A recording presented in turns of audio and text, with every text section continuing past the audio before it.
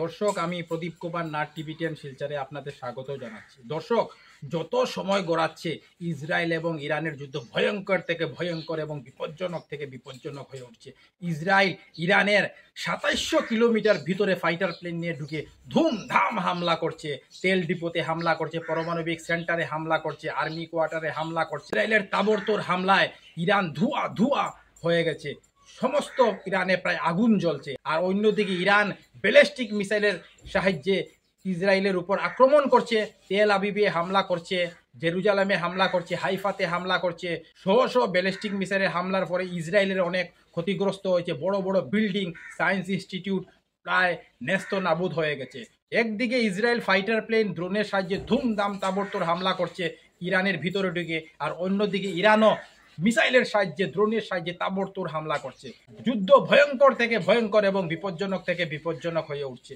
সাগরের মধ্যে ব্রিটেনের একটি জাহাজ নজরদারি করছিল, ইরানের ড্রোন হামলা করে ব্রিটেনকে ভাগিয়ে দিয়েছে।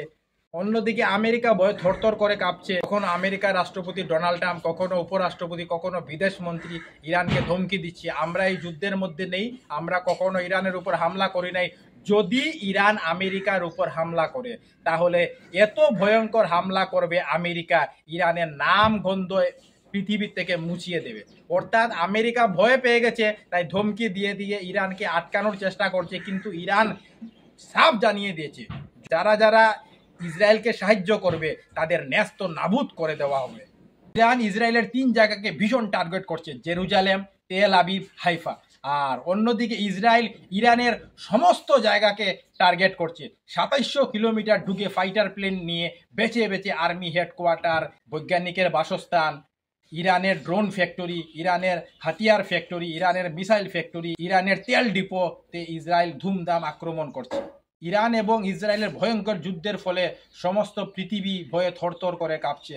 না জানি তৃতীয় বিশ্বযুদ্ধের আগমন ঘটে যায়। যদি আমেরিকা ইসরায়েলের সাহায্যে নেমে যায় তাহলে রাশিয়া এবং চীন ইরানের সাহায্যে নেমে যাবে, তাহলে তৃতীয় বিশ্বযুদ্ধ শুরু হয়ে যাবে। তো দর্শক, তৃতীয় বিশ্বযুদ্ধ যে কোনো সময় লেগে যাওয়ার সম্ভাবনা রয়েছে যদি বিশ্বের শক্তিশালী দেশগুলা ইরান এবং ইসরায়েলকে সাহায্য করতে নেমে যায়। ভারত এই যুদ্ধের উপর নজরদারি করছে এবং ভারত বলছে যুদ্ধ বন্ধ করে টেবিলের মধ্যে দুপক্ষকে বসা উচিত, যাতে কথাবার্তার মাধ্যমে সমস্ত সমস্যার সমাধান করে যায়। কিন্তু ইরান এবং ইসরায়েল কোনো পক্ষে যুদ্ধ থামাতে রাজি নয়। ইসরায়েল ইরানকে ন্যস্ত নাবুদ করে দিতে চাইছে, আর ইরানও ইসরায়েলের উপর তাবড়তোড় হামলা করে বদলা নিতে চাইছে। আমি টিভি10 শিলচরের পক্ষ থেকে প্রদীপ কুমার নাথ ভাবলাম এই খবরটি খুব গুরুত্বপূর্ণ, তাই আমি খবরাখবর করতে বাধ্য হয়েছি। ধন্যবাদের সহিত টিভি10 শিলচর, প্রদীপ কুমার নাথ, ধন্যবাদ।